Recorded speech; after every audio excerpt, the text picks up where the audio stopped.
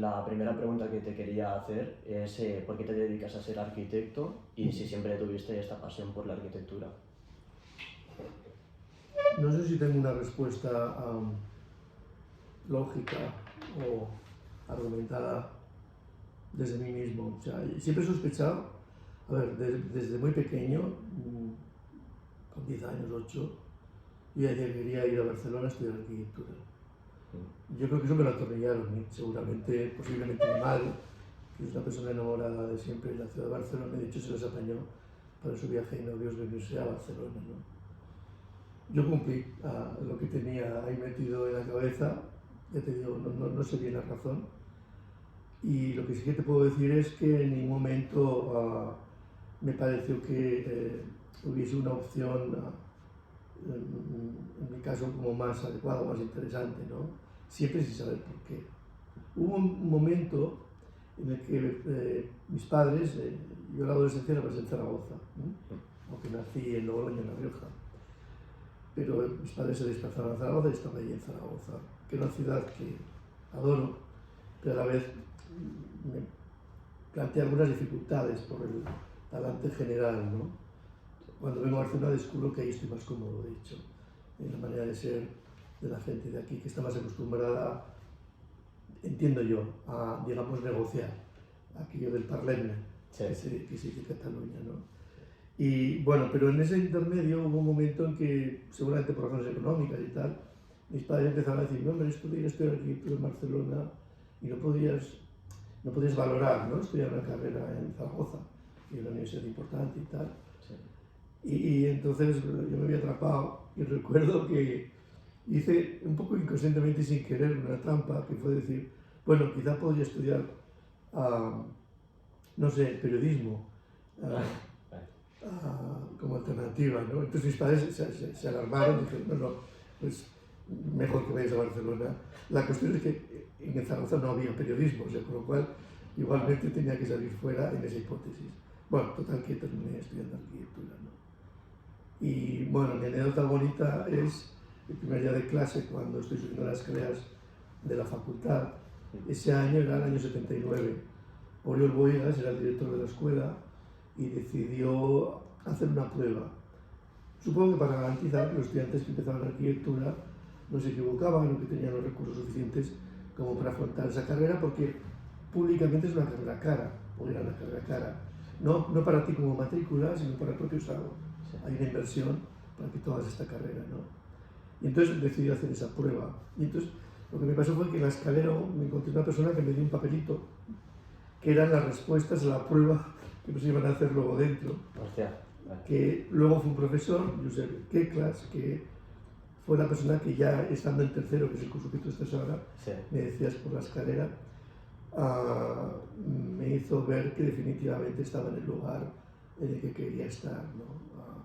Es en tercero cuando me doy cuenta, cuando entiendo o empiezo a entender cosas importantes alrededor de esto que llamamos arquitectura, aunque también, para ser sincero, todavía no de esto que llamamos profesión, que eso lo entendí después.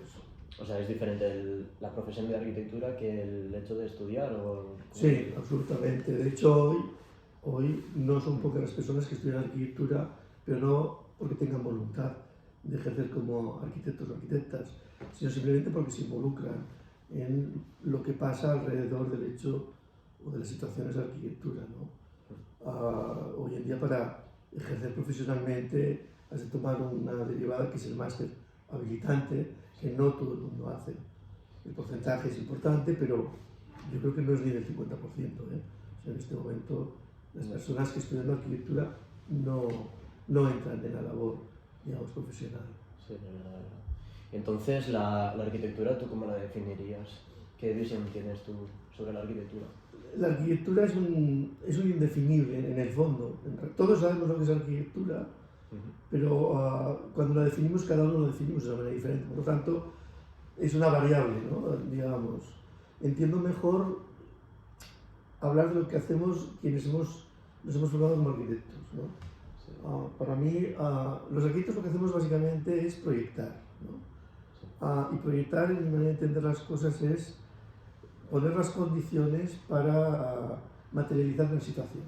De hecho, fíjate, y es lo que hacemos los arquitectos, ¿no? Fíjate que en el deporte, en la política, cuando hablan de arquitecto, el arquitecto de un equipo de deporte, ¿no? El arquitecto de una situación política colectiva, siempre se habla de las personas que ponen las condiciones para materializar algo, ¿no? Un gol, una canasta o una ley, esos son los arquitectos, ¿no?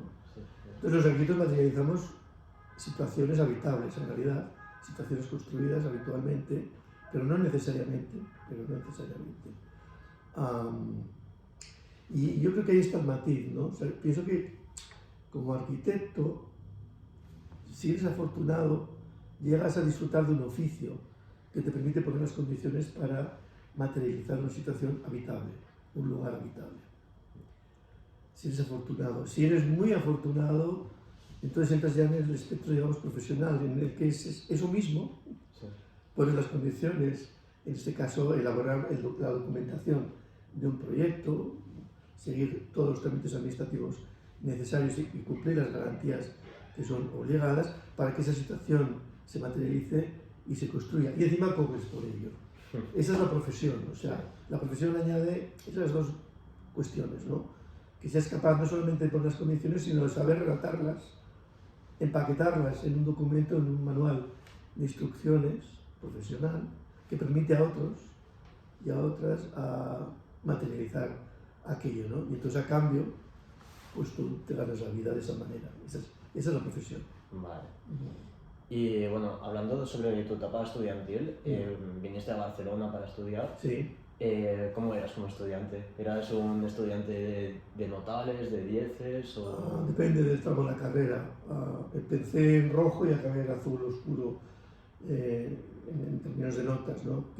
Los primeros años lo pasé francamente bien, disfrutando de una ciudad como Barcelona, sorprendiéndome de cosas. Recuerdo que llevaba a mis padres, ¿no? Y a mis hermanos y les decía, ostras, en Barcelona pasan cosas que en Zaragoza no pasan, ¿no? Una, en Zaragoza hace mucho frío porque sopla el cierzo, el viento del norte, y realmente la gente en invierno se abriga, ¿no? Y yo recuerdo que les decía, es que, ¿sabes? En Barcelona se ponen abrigo, pero no hace frío. Y yo no entiendo por qué se ponen abrigo, ¿no? Esa era una. La otra era esta cuestión de, en Barcelona, tú vas a una exposición de sellos del Sáhara Meridional, pero dedicados específicamente a un tipo de insecto, y hay cola para entrar. O sea, yo veía que había gente para todo, ¿no? Para todos. Sí. Esto también me sorprendió muchísimo y que ocurrían muchas cosas, ¿no? Y lo último, lo que te decía, ese carácter de él, no estamos de acuerdo, pero hablemos. Vamos a ver si somos capaces de distinguir lo que nos diferencia o lo que nos une, ¿no? Esa voluntad, esa manera de entender las cosas, yo la vi aquí, la aprendí aquí, fue lo que me dije, este es mi lugar, ¿no? La escuela, mi escuela era el estertor, los últimos movimientos de lo que se llamó la Escuela de Barcelona, que fue la escuela de Oriol Bohigas, básicamente, una escuela muy orientada a lo profesional, pero una escuela sobre todo que era simultáneamente la ciudad. Es decir, las personas que en la ciudad tenían un peso en cuanto a cómo evolucionaba la ciudad estaban mayoritariamente en la escuela como profesorado y a la vez eran responsables de las cuestiones de la ciudad, ¿no? Eso poco a poco se fue diluyendo. Tuvo un momento increíble con los Juegos Olímpicos en el 92. Yo ya había salido de la escuela en ese momento, pero ya desde entonces hasta ahora se ha ido diluyendo de manera que hoy, bueno, la escuela es un centro de formación con un cierto prestigio, muy sujeto a una dinámica actual que es la puramente académica, que en mi opinión perjudica mucho la formación de oficio, de hecho, aunque beneficia a otras cuestiones, es evidente, pero la escuela hoy entiendo que la llamamos de Barcelona porque está en Barcelona, pero podría estar en cualquier otro sitio. O sea, yo creo que eso que yo pude disfrutar, que era el enlace entre una escuela y la ciudad que le da nombre, yo creo que aquí está más disuelto. Vale. Y en relación con el sistema educativo, como profesor, bueno, pues dices que es puramente académica estudiar en la universidad. Entonces, ¿crees que debería de cambiar el plan de estudios? O... Sin duda, los planes de estudios... ¿Y cómo debería de ser? Los planes de estudios en la medida que la sociedad evoluciona, deben evolucionar. Y también a mí que se entiende que la universidad lo que hace es proveer a la sociedad de personas formadas para resolver cuestiones de acuerdo a su tiempo, ¿no? Entonces, esta es una pregunta que hay que hacerse constantemente, ¿no? La formación, lo que transmite esta facultad, ¿es de su tiempo o es de otro tiempo? O sea, es una facultad melancólica, está instalada en un tiempo anterior, o se ha pasado de frenada y está como muy por delante. Y, bueno, ¿cómo se ajusta, ¿no?, la sincronía con el tiempo presente de una facultad?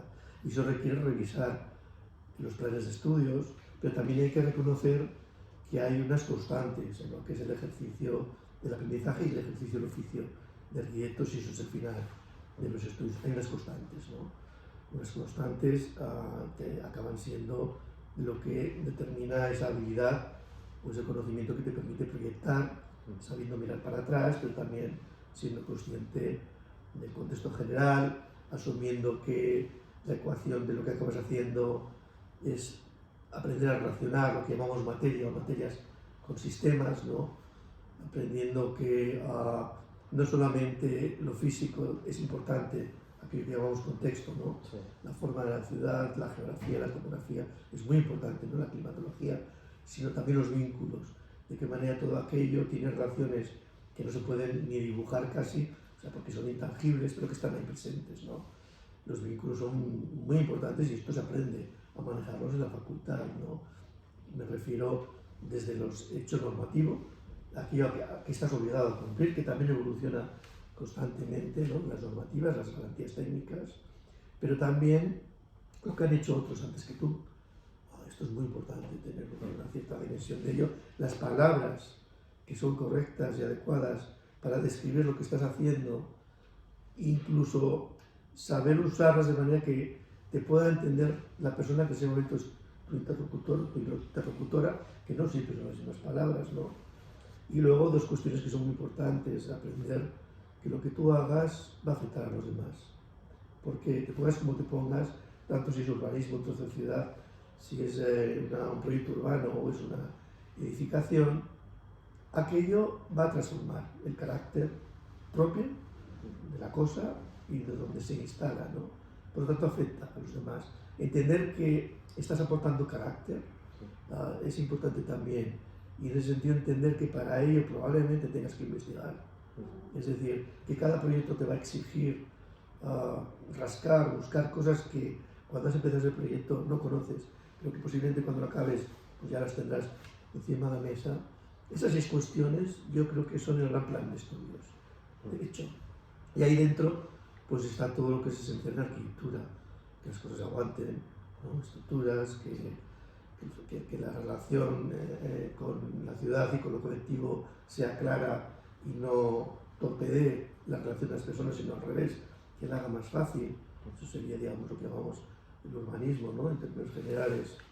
O toda esta cuestión del uso de los fenómenos físicos, tanto con ayuda mecánica como de manera natural, para que la habitabilidad sea razonable. Saber manejar las sombras, saber manejar la luz, el aire, la ventilación, insisto, tanto de manera natural como de manera física. Eso es lo que se llama instalaciones. O sea, hay paquetes que han estado siempre y que efectivamente están presentes en las intenciones de cualquier plan de estudios. El defecto es que hoy en día los planes de estudios se han vuelto un mecanismo administrativo y en el fondo están hechos por personas que administran.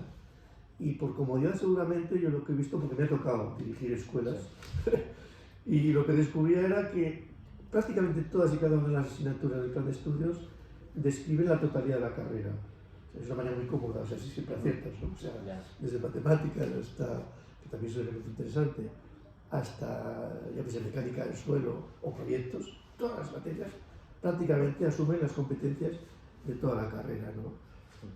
¿Por qué digo esto? Creo que más importante que el plan de estudios, que es importante, es el profesorado y la conexión del profesorado con la realidad. Yo creo que eso es lo que determina al final lo que un estudiante acaba recibiendo como calidad de escuela. Los parámetros de evaluación de las escuelas tienen que ver hoy en día mucho con la investigación, con los libros que se publican, con los acuerdos internacionales, que eso está muy bien, pero no sé si afecta a la docencia tanto. Yo creo que a la docencia lo que afecta es la relación del profesorado con el alumnado, ¿no? Y en ese sentido que ese profesorado sea transmitir ese oficio, se aplique o no, para mí es importante. Y ese oficio es la conexión con la realidad. Ese para mí es el verdadero plan de estudios.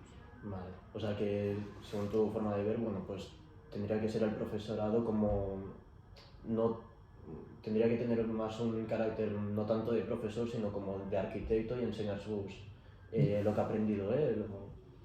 Bueno, mi idea sería, y de hecho cuando me ha tocado organizar una escuela lo he hecho así, Sí. es igual en qué asignaturas se desenvuelva el profesorado, de entrada que sea un profesorado que esté en conexión con el hecho de producir arquitectura, de un modo u otro, desde la teoría, desde la práctica directa, esto incuestionable. Y me da igual la materia, tanto si es matemáticas, como si es física, como si es dibujo, como si es expresión gráfica, ¿no? En cualquiera de sus versiones, que sean personas que entienden la conexión con la realidad, como digo, muy desde el oficio, ¿no? O en algún caso se puede salvar como mínimo desde la teoría, pero desde la teoría del oficio. O sea, no tanto desde la teoría de la historia de la arquitectura, que es muy importante también, pero en eso hay otras disciplinas que ayudan también a entender esa parte, ¿no? Yo creo que las facultades poco a poco han ido descuidando precisamente esta parte, lo que llamaríamos la teoría del oficio, lo que realmente se discute en proyectos, ¿no? En favor de la teoría histórica, de la teoría basada, digamos, en lo que son las ideas o el contexto con el pensamiento general, que es importantísimo. O sea, eso lo tienes que conocer porque si no, posiblemente estés haciendo algo parecido a una tontería, ¿no? Bien, pero tiene que ir aparejado igualmente una teoría, como digo, del oficio y de la práctica profesional, las dos cosas. Si esas dos condiciones se cumplen en cualquiera de las materias, prácticamente seguro que tendrás un profesorado mínimo con conocimiento. Pero ahora viene otro problema que es la transmisión del conocimiento, efectivamente, ¿no?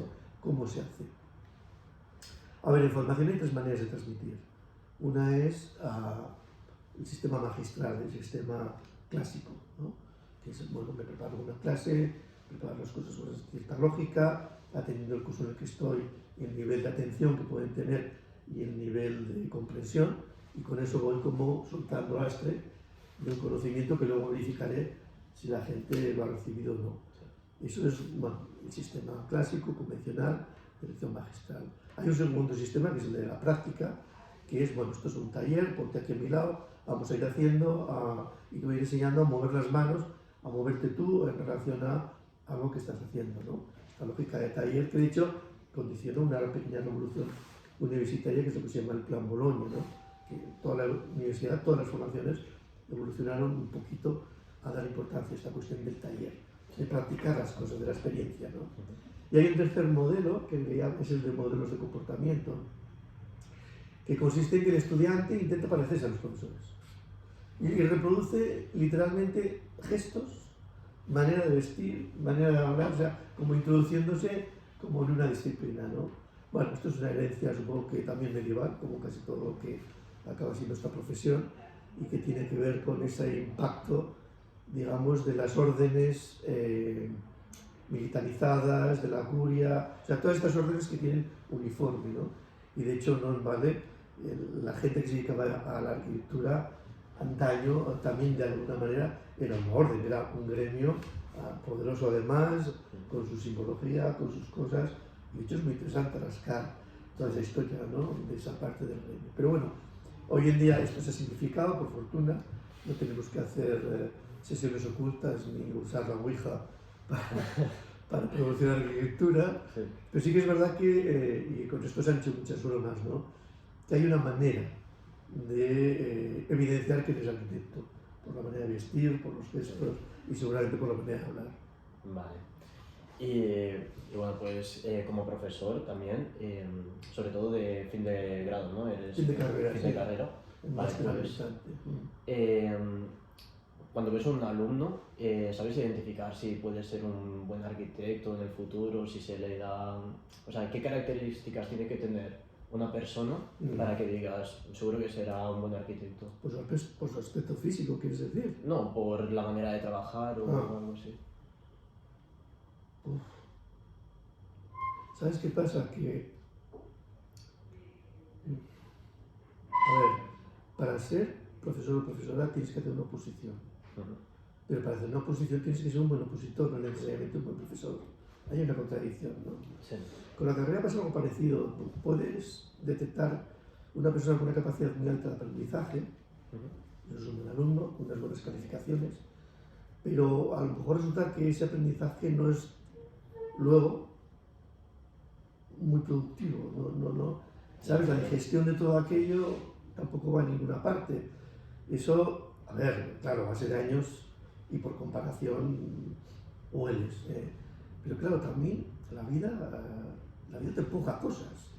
Entonces, las relaciones que se van produciendo durante la carrera con otros compañeros, esa red social que se va formando, ¿no? Y también, muy importante, la inmediata a acabar los estudios y cómo eso liga con esa realidad de fuera, yo creo que hay una formación todavía más determinante que la de la propia facultad, de cara a luego cómo esas personas se van a comportar como arquitectos. Claro, eso en el estudiante no es fácil verlo, ¿no? Tú sí que ves eso, personas con capacidad receptiva, esponjas, ¿no? que realmente están en condiciones de discutir contigo bueno, lo que están planteando, Sí.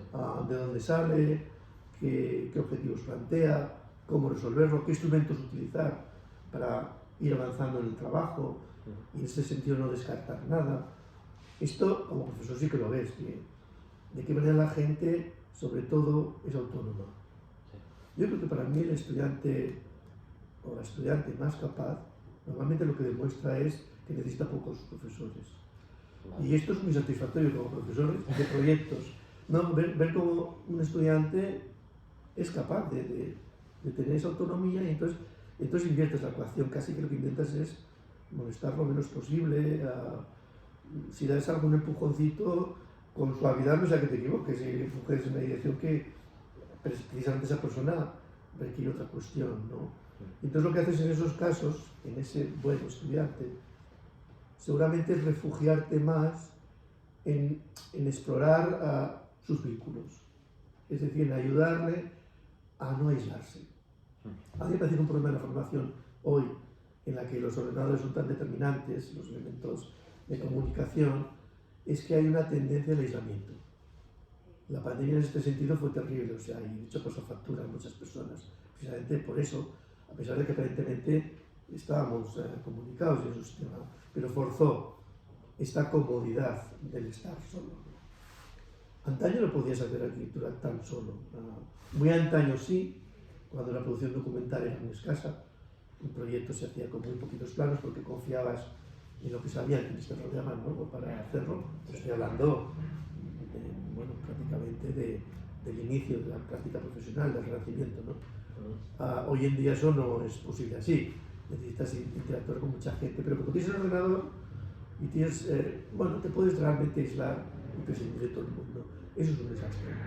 O sea, yo creo que un arquitecto es un alumno que cuando completa un estudiante, sabes que al alumno quiere decir que le falta luz.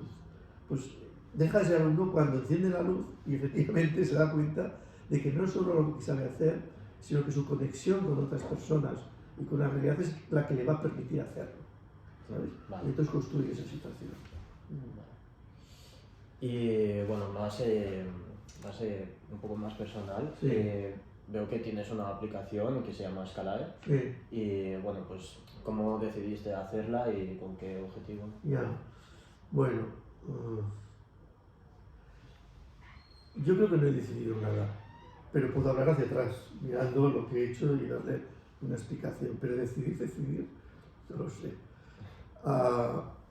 Creo que he tenido un privilegio, que es el de tener muy buenos profesores y que además, de alguna manera, he compartido una amistad con esas personas, siempre fuera ya de la facultad y de las situaciones. He tenido ese privilegio, ¿no? Y entonces ese privilegio, por la influencia de estas personas y por el cariño que les tienes, me ha llevado a profundizar en hacer cosas que no tenía previsto hacer. De mi coleto, de mi parte, lo que sí que me interesó, ya siendo estudiante, era, ¿sabes? Como el anuncio del mundo que se empieza a discutir ahora, que era de qué manera lo que no hacemos las personas puede ser hecho por los sistemas. Cuando yo estudiaba, en ese momento empezaba, en términos de pensamiento, estaba muy en boga lo que se llama el estructuralismo, ¿no? El estudio de situaciones, de cara a ver cómo conectarlas en la arquitectura, ¿no? Por ejemplo. Pero también estaba ya muy en boga todo esto que llamamos programación. Los ordenadores, pero su parte de cómo funcionan, ¿no? Y recuerdo como estudiante incluso llegué a hacer un curso de programación de Fortran, me interesaba, esa parte me llamaba la atención, ¿no?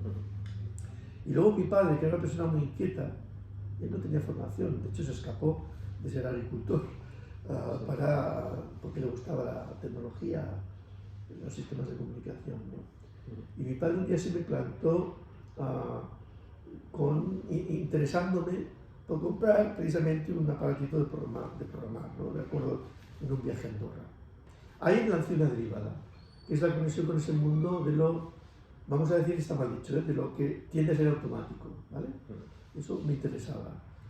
Pero por otra parte, también me interesaba, evidentemente, ejercer el oficio, construir, influir en la realidad, matizar. Pero también me interesaba, por otra parte, y eso también viene desde pequeñito,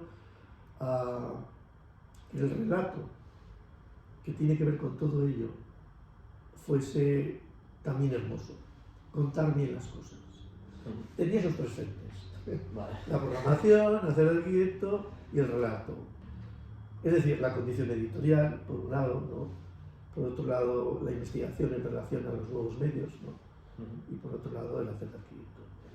Los nuevos medios. En la escuela no había ordenadores. Me fui a ver al director y le dije, ¿por qué no hay ordenadores en la escuela?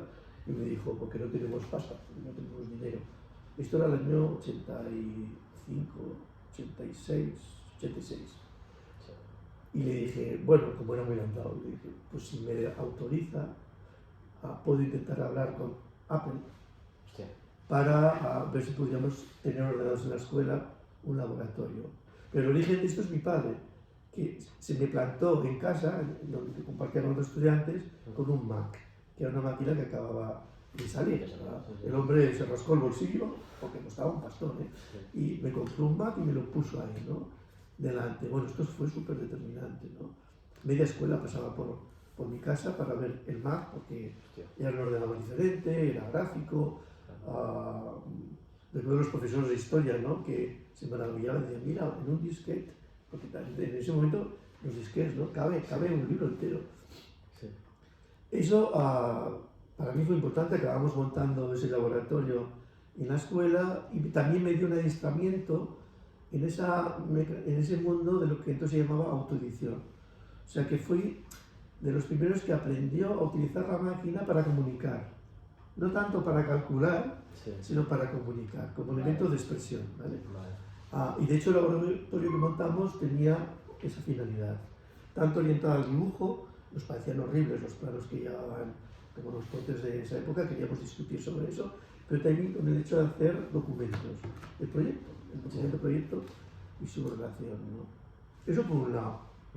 Luego por otro lado tenía un profesor, Josep Keklas, ¿no? Que era uno de estos que también se maravillaron con el Mac, que vio el potencial también en estas cuestiones, y entonces este profesor, que a mí me fascinaban sus clases y sus libros, le pedía autorización para grabar las clases, como haces tú ahora con los podcasts, ¿no? Sí.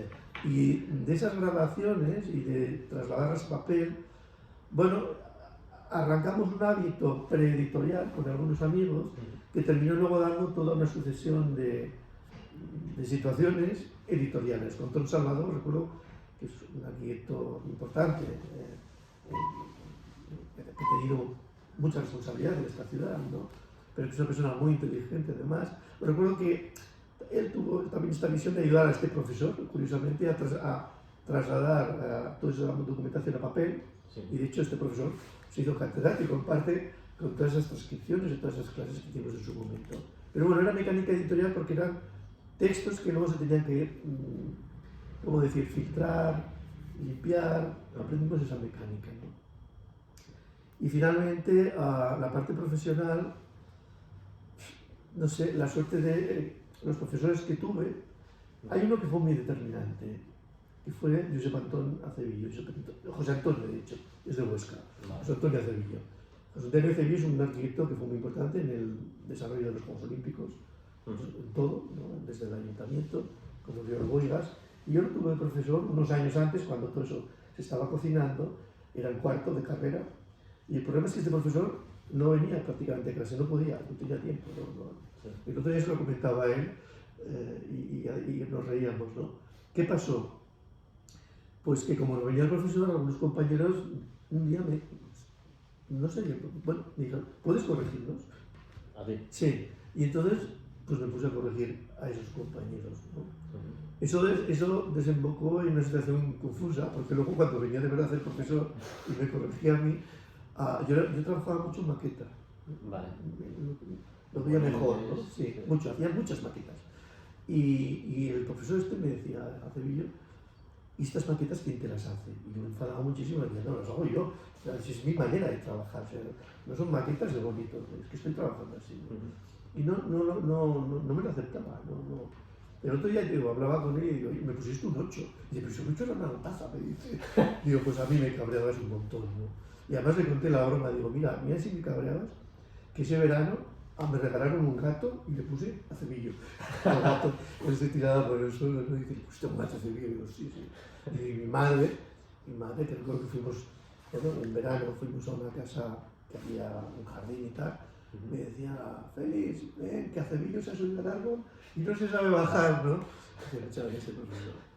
Bueno, ya ves que establecía un vínculo con los profesores y tengo este hábito de siempre. Entonces, ahí aprendí a corregir esto que estoy diciendo de la parte del relato, y luego en el último curso tuve de profesor a Carlos Ferrater, que esto lo vio enseguida, y el bandido de él lo que hacía era me corregía bien primero y luego me hacía corregir a mis compañeros. Se me hacía hacer lo mismo, que ahí aprendí yo creo que mano izquierda. Es como hablar del trabajo de tus compañeros sin ofender en este caso, supongo, ¿no? Sí. Pero bueno, establecí un vínculo, y es un vínculo que ha sido de por vida con estas personas que te estoy mencionando. O sea, con Josep Queclas siempre estaba haciendo cuestiones editoriales, con Carlos Ferrater hemos hecho obras juntos, no he trabajado jamás para ellos, hemos hecho obras juntos, ¿no? He ido construyendo como estos hilos de trabajo con profesionales, ¿no? Que luego otros, por otras aventuras, pues también me han propuesto, como Pachimangada, ¿no? En determinado momento me proponen, hacemos un concurso, no sé qué, y acabamos haciendo un plan urbanístico en realidad para una ciudad, ¿no? Esa es la deriva, digamos, cómo se van ligando las cosas en términos profesionales en mi caso. Pero en la parte editorial,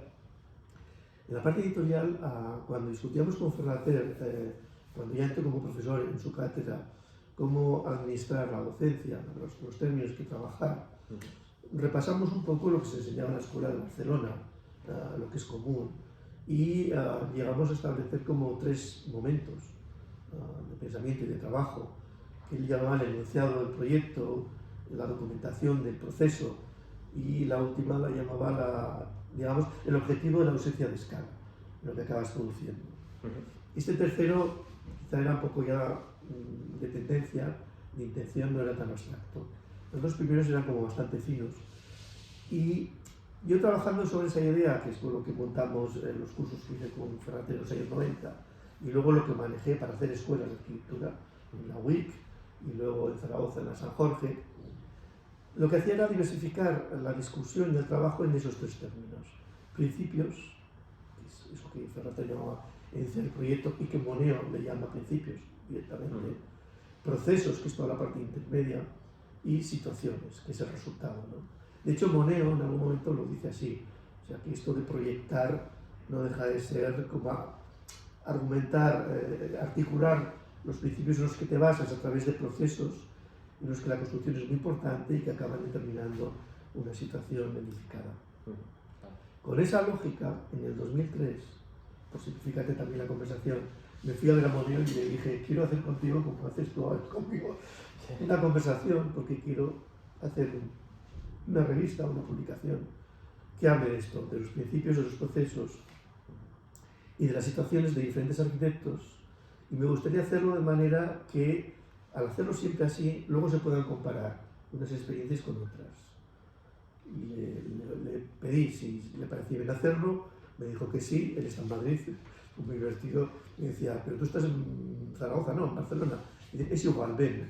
Bueno, entonces, bueno, fui allí, Sí. tuvimos una conversación y con eso produje ese primer pliego, en una revista que era una hoja, un pliego, Sí.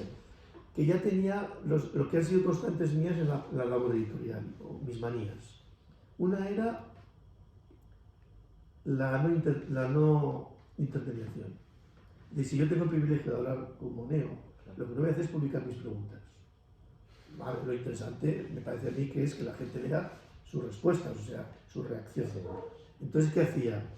Cogía la conversación como un cocinero, ¿no? La iba amasando, intentando respetar el modo y manera de expresión, en este caso, de Moneo, y disolviendo las preguntas en sus respuestas.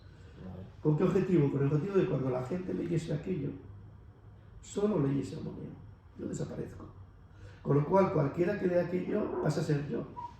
Pasa a ser el entrevistador, Vale. de algún modo. Sí. Está compartiendo la experiencia que yo he tenido con Moneo. Yo eso lo llamo no intermediar. Hay un proceso, hay un formato, hay un trabajo, y eso es trabajar, producir un formato. Pero el objetivo es dejar a la vista tanto como puedas del otro y lo menos posible de lo tuyo. Vale. O sea, priorizar esa parte. Esa es no intermediar. Otra era la escala natural, el 1:1, el directo. Este pliego, cuando lo abrías, la idea es que había un dibujo, era un póster, con un dibujo de tamaño natural de esa oficina, de ese despacho. En este caso de Rafael Moneo, ¿no? Estas dos cuestiones para mí eran muy importantes. El no intermediar, el compartir la experiencia de principios, procesos y situaciones, y este valor 1 de las cosas. Y eso desde aquel pliego de Moneo, que luego siguió con muchos otros, que incluso se trasladó durante un tiempo a Argentina, que fue muy bonito porque era otro planeta, pero en cambio la fórmula, el formato funcionaba. Hubo un momento que me di cuenta de que solo lo podía hablar con personas que realmente tuviesen un cierto poder profesional, porque como que había que hacer papel, había que imprimir, había que publicar y había que repartir, pues había que mover mucho dinero, ¿no? Había un anuncio. Y esto a mí me produjo una gran preocupación porque de alguna manera estaba ligando empresas a arquitectos de manera muy aleatoria. De hecho, Luis Moreno Mansilla, con Emilio Tuñón, cuando hicimos su pliego, me decían, ¿sabes que nos está llegando de por vida una empresa constructora? Porque cuando habías aquí yo veías la foto de la persona que había hablado y el anuncio, ¿no? Y esto a mí me atormentaba. Pero como para hacer aquello, grababa una conversación, hay un momento que digo, bueno, pues puedo ir haciendo estos pliegos cuando haya dinero para hacerlos, pero las conversaciones las puedo lanzar antes, ¿no? Estoy hurtando, por no cansarte y por no cansar de quienes escuchen esto, historias anteriores que justifican cómo llego a esto, pero creo que lo que interesa es al final dónde llegas, ¿no? Entonces, en ese momento me di cuenta y que ya era posible tecnológicamente ofrecer lo que ahora se llaman podcasts. Había hecho una averiguación unos años antes para hacer radio en internet, arquitectura, pero costaba muchísimo dinero. Cuando llegamos ya a 2003, eso ha desaparecido. O sea, ya el MP3 es un formato estable, la gente ya no va solamente con modems, sino que va con red de fibra, con lo cual la cosa es más razonable, ya se dan las condiciones para poder emitir radio. Y entonces me di cuenta de que y monto un estudio para ello, para poder grabar conversaciones, están en la red, hay cientos de podcasts con muchos compañeros y compañeras, pero no necesariamente famosísimos o poderosísimos, no, al revés. Voy buscando ya lo cotidiano, ¿sabes? La relación como más en diferentes escalas, de diferentes arquitectos y arquitectas, etc., ¿no? Eso, andado el tiempo, se va cruzando con esa preocupación de no publicitar, de la no publicidad. Y poco a poco eso que he ido llamando Scalae, como podcast que va variando, como pliegos, como cosas, va llegando a la formulación actual, que es la de las cápsulas, ¿no? Es un formato vídeo aprendido durante la pandemia, en la que ya lo que intento es que compañeros y compañeras razonen sobre sus proyectos, que razonen desde el oficio, no con el material que se utiliza para publicar habitualmente en las revistas, que es un material simplificado del proyecto, con fotos de fotógrafo maravillosas. Digo, no, eso no. Curiosamente, volviendo al material con el que has hecho la labor. El material del despacho, las fotos de obra, o sea, que quien oiga esa explicación entienda dónde está el oficio y cuáles son los instrumentos que utiliza un arquitecto para materializar ¿no? La realidad. Esas son las cápsulas que son otra vez un intento de no intermediar. Si tú ves una cápsula o la oyes, yo no estoy. O sea, yo propongo el formato, fuerzo que de alguna manera la gente esté argumentando principios, procesos y situación, pero que sobre todo se centren en este caso en los procesos. Es decir, es una decantación de toda la experiencia anterior como construcción de arquitectura, que de hecho lo he intentado hacer queriendo sin querer como se hace la arquitectura, ¿no?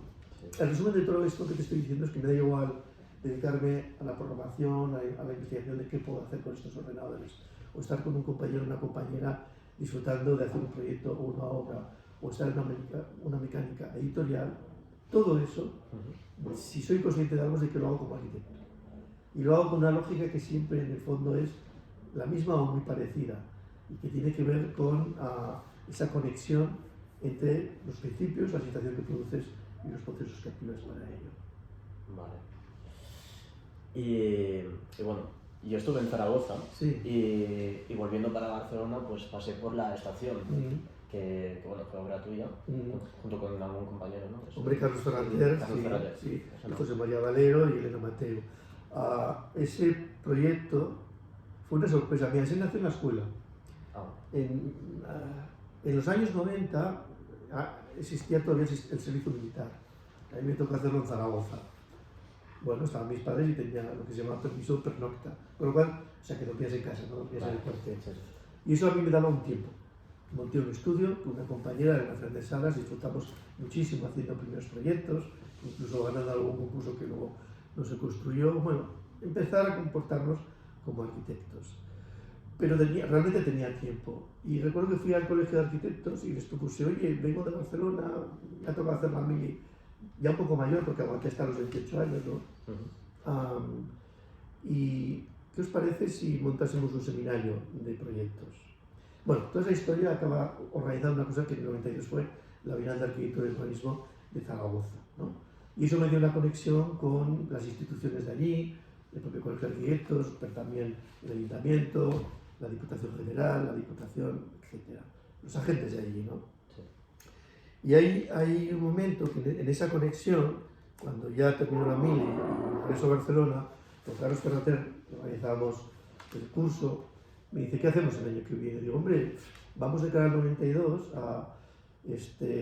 Moneo ya ha hecho Atocha, Cruz y Ortiz han hecho Sevilla, podría acercarme a Madrid y a Sevilla, si veo la expo, tal, hablo con ellos, les pido documentación y montamos el curso alrededor de la estación de la OED de Zaragoza.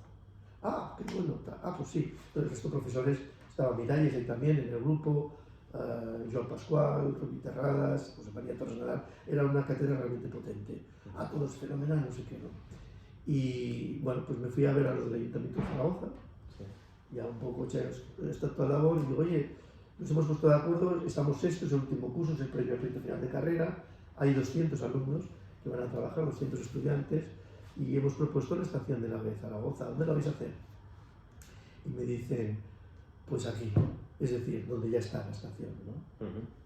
Y yo me atreví, y dije, pues no lo veo nada claro, francamente, que sea interesante hacerlo aquí, y expliqué los motivos, ¿no? Creo que si haces acá, hay una opción de que el tren no tenga que invadir la ciudad necesariamente, sino que pueda entrar en la estación y salir más rápido, la triangularización con las diferentes rutas es más evidente, y en cambio puedes mantener la infraestructura actual para una futura red de metro en la ciudad. No lo veo nada claro, que sea interesante aquí. ¿Y de dónde le dices tú? Y yo dije, pues yo aquí, en Delicias, ¿no? Puse el dedo. Y me dije, ya estás, igual que los amigos del ferrocarril. Digo, ¿quiénes? Los amigos del ferrocarril. Y entonces contacté con la persona que llevaba a los amigos del ferrocarril, José María Valero, y se emocionó, dijimos, bueno, total que construimos una documentación potente, en base a una hipótesis, que era que la estación de Delicias, estoy hablando del año 91, fíjate si había oído, y lo pusimos en marcha y acabamos con la ayuda de José María Valero y también de los ministerios, porque fuimos a ministerios y tal. Bueno, que la Escuela de Arquitectura de Barcelona averiguase como variantes de cómo se podía hacer la estación de Zaragoza en Delicias, ¿no? Y ahí quedó, hicimos un catálogo, los pusimos en Zaragoza, hicimos debates, fue un tema francamente interesante. Años después me llama Valero en verano, José María y me dice, oye, ¿a que no sabes?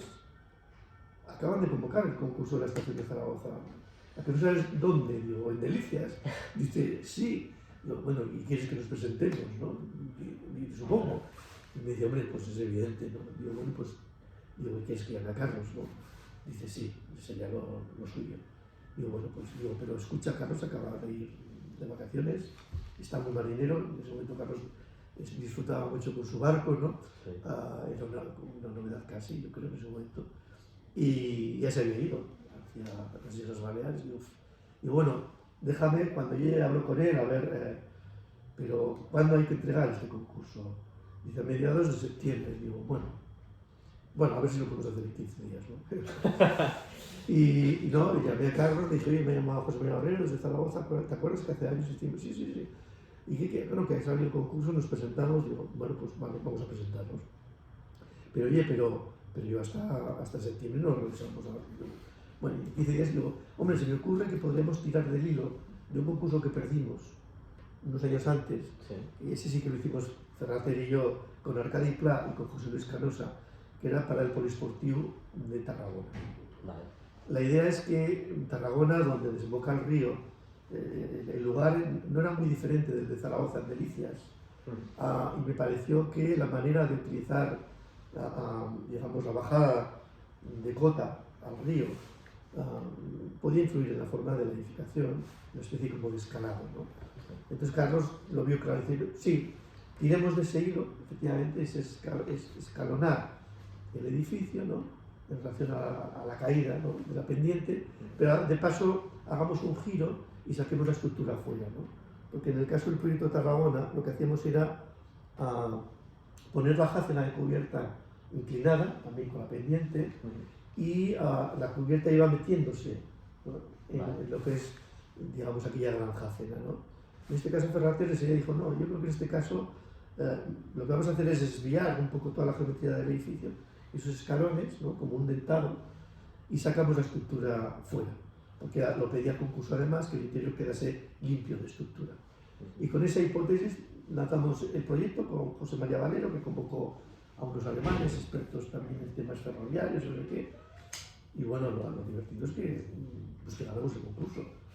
¿Y en 15 días lo hicisteis todo? ¿O? La propuesta inicial sí, era un concurso en fases.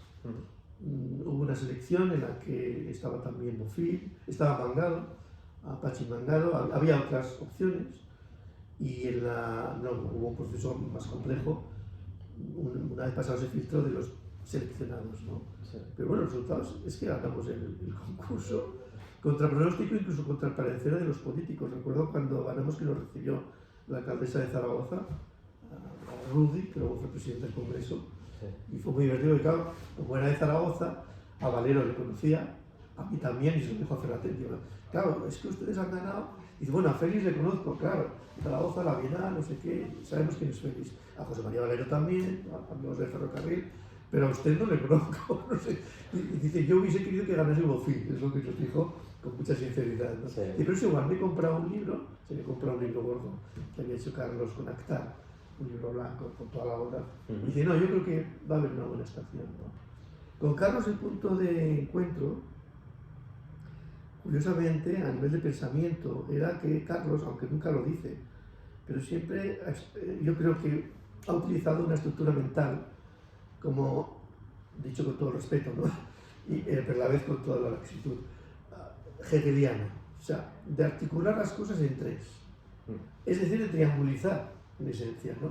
Entonces, ese aprecio por el hecho de triangulizar, de argumentar en tres, y por la geometría directa del triángulo, sí. Es algo que yo creo que nos unía bastante y que sistemáticamente aparecía o aparece en los proyectos en los que hemos estado involucrados, ¿no? Y de hecho en Zaragoza acaba siendo muy determinante porque es lo que acaba configurando el formato del techo, que es lo que la gente recibe, que ahora en Zaragoza, bueno, nosotros lo llamamos el cielo de Zaragoza y realmente yo creo que ese es el carácter más evidente de esa estación. Sí. Y es lo que la gente recibe hasta el punto de que me contaban gente de Zaragoza que los novios, algunos, se iban a hacer fotos a la estación, sí. Cuando están preparando su boda, ¿no? Y tal, con los vestidos, pero piden al fotógrafo que salga al techo, hostia. Para que se vea que es Zaragoza. Es decir, que hay una identificación de esos triángulos y de esa geometría y de ese espacio interior con lo que es Zaragoza, ¿no? Eso como arquitectos es bastante satisfactorio y muy al principio de lo que te decía, ¿no? De qué manera no dejas de revolver, de mover, digamos, elementos que están por allí o que haces aparecer, pero que al final determinan un sistema, ¿no? Materializado y con materia que termina por determinar un contexto del que chupa y que se nutre de los vínculos anteriores, esta noción de la geometría, ¿no? Por parte de Carlos, que la adora, ¿no? Pero que al final te obliga a ciertas investigaciones para resolver cuestiones que hasta ese momento tú no conocías y tuvimos que currar mucho para resolver cuestiones. En esta estación el papel de Juan Calvo, el estructurista, fue importantísimo, ¿no? en esta situación, y todo ello junto termina por determinar un carácter, ¿no? Que es y en este caso, cuanto más ligado esté a la idiosincrasia del lugar, pues mejor se entiende por parte de los que ahí están, ¿no? Y ese es el caso de la estación. Elena Mateo es una persona muy importante en ese proyecto, porque el proyecto lo hicimos en el despacho que compartíamos en ese momento ella y yo, en la calle Numancia, un espacio que nos facilitó Jordi Ross.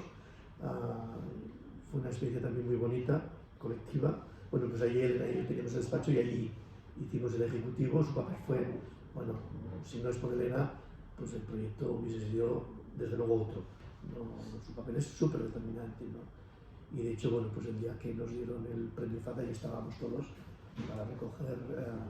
Fue una obra después muy bien valorada y muy premiada, curiosamente, por la propia profesión, ¿no? Sí. También, esto es un temazo, ¿no? El de los premios, ¿no? Por eso, porque la foto ese día de recoger el premio del FAT, recuerdo que nos dieron premio exequo a nosotros por la estación de Zaragoza y a Pachi Mangado por el Baluarte de Pamplona, ¿no? Y aquel día es el día que Pachi me dijo, tenemos que hacer algo, ¿no? Nos presentamos a un concurso. O sea, para ver cómo se van, ¿no? Ligando las cosas a estos privilegios que creo que he tenido, que son muchos. Vale.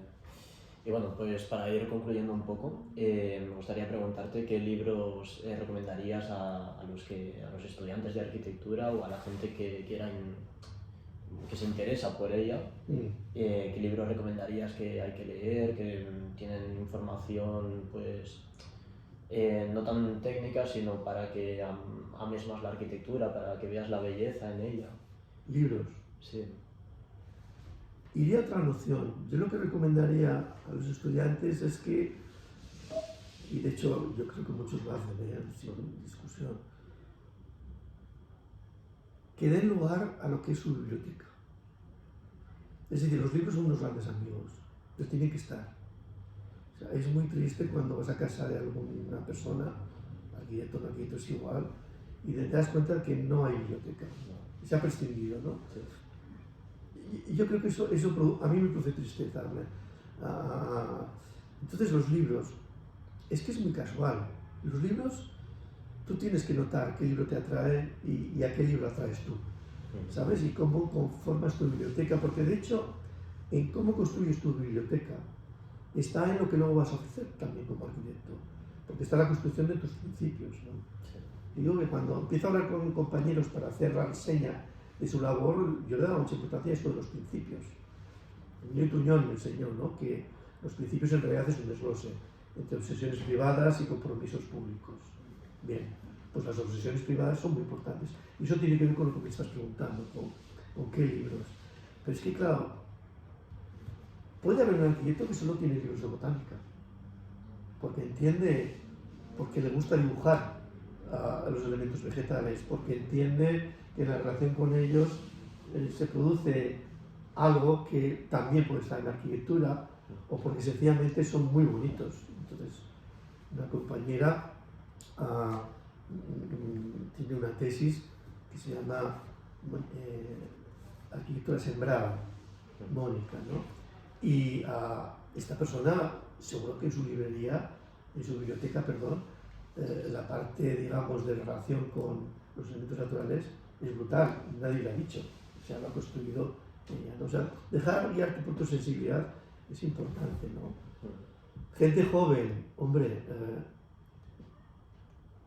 pues de entrada todo lo que describa de un modo u otro la realidad. Por ejemplo, a estudiantes, una recomendación es que sigan rascando ese mundo de lo que llamamos el cómic. Sí, el manga, todas sus variantes. O sea, como otros dibujan, describen, proyectan de algún modo la realidad, ¿no? Intentar empaparse de eso, ¿no? Los vídeos son muy importantes, ¿no? En la música, disfruta de la música, bailala, no sé qué, pero fíjate cuando te proyectan un vídeo qué mundo te están transfiriendo, porque eso es la realidad también hoy en día, y eso posiblemente aparezca en tu arquitectura, o no. Yo creo que hoy la biblioteca es esa, entonces, ya no solo es de libros, sino que tiene otros componentes, que no todos se materializan en algo, y que hay que tener, ¿no? Entonces, ese fetichismo del tengo este libro y todavía no me lo he leído, yo creo que es interesante, o sea, cuando llegas a ese punto, ¿no? Como estudiante o como ya profesional, que notes que necesitas tener esos libros y luego dedicarles el tiempo que merecen, ¿no? Bueno, dicho esto, el otro libro es la biblioteca, las bibliotecas que tienen los colegios profesionales y las escuelas, que hay una gente maravillosa que son los bibliotecarios, ¿no? Sí. Y que tendríamos que pelear entre todos porque que se mantengan y que estén ahí. Estas personas, si tú estás trabajando en lo que sea y vas a consultarles y les dices, mira, estoy haciendo este proyecto, no sé qué, tal cual, te van a decir, te van a ayudar, te van a decir, pues mira, esto que estás intentando hacer tú, pues como hacen los profesores cuando eres estudiante, ¿no?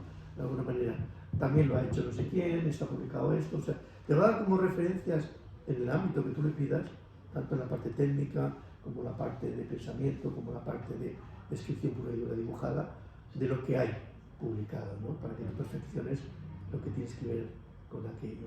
Entonces yo al estudiante lo que le aconsejaría es que intente perfeccionar su relación con los bibliotecarios y las bibliotecarias. Y a partir de ahí que intente construir su propia biblioteca, ¿no? Antes que darle una recomendación por los libros que a mí me pueden interesar. Pero bueno, dicho todo esto, yo creo que hoy, si un libro hay que tener, es el de Delirious New York, de Ray Koolhaas. Para mí es un documento básico, por muchos motivos, porque no es solo un libro de arquitectura, lo puede leer cualquiera, pero es un manifiesto retroactivo, es una persona que construye una lógica hacia atrás, de algo que ya existe, ¿no? Y lo trufa de situaciones que conoce quien ha estudiado la arquitectura, como es evidente el caso de Koolhaas, de sus propias manías, pero a la vez es un documento motivador, es claramente un relato, ¿no? Es un libro que de alguna manera te pone sobre la mesa la discusión entre aquello que tiende a ser sistema y a ser una organización de algo, y aquello que son fragmentos, y tiende a lo contrario, a una dispersión, a una entropía especial, ¿no? Yo creo que entender esos dos mundos, lo que tiende a ser sistemático y lo que es más tiende a ser fragmentado o incluso desorganizado o anárquico, es la base de muchas de las cosas que introducimos, hacemos o intentamos entender. Bueno, pues en ese libro, aunque nunca lo luce así, eso está. Es un libro que luego te ayuda a entender otros libros, ¿no? Hoy en día. Sí. Ese y el Vitruvio. Por el medio, pues lo que quiera cada uno. No sé. Vale, no los conocía, bueno, ya los buscaré. Muy bien. Y bueno, para acabar, pues un consejo que darías como profesora a los estudiantes. Un consejo que digas, pues tenéis que trabajar más de esta manera, tenéis que, antes de empezar a proyectar, pues, no sé, algún consejo que veas que la gente necesita y que flaquea más los estudiantes. Mira, antes he dicho que una escuela, el determinante es el profesorado y la conexión que tiene con la realidad y seguramente con lo que le rodea. La escuela de Barcelona, pero la escuela de Reus, entonces que equipos traemos. O sea, cada uno donde esté, cómo conecta con esa realidad, ¿no? Ese profesorado. Te estoy hablando constantemente de los vínculos, de las relaciones. Yo creo que, no sé si es un consejo, pero yo insisto mucho a los estudiantes en que no pierdan de vista a sus compañeros. Hay que ligar, pero así, descaradamente. Y sobre todo si los compañeros ves que tiran. Es decir, el aprendizaje más constante, porque tus compañeros te acompañan por la carrera, los profesores no, son más eventuales, ¿no? Lo más constante, lo más influyente son tus compañeros, ¿no?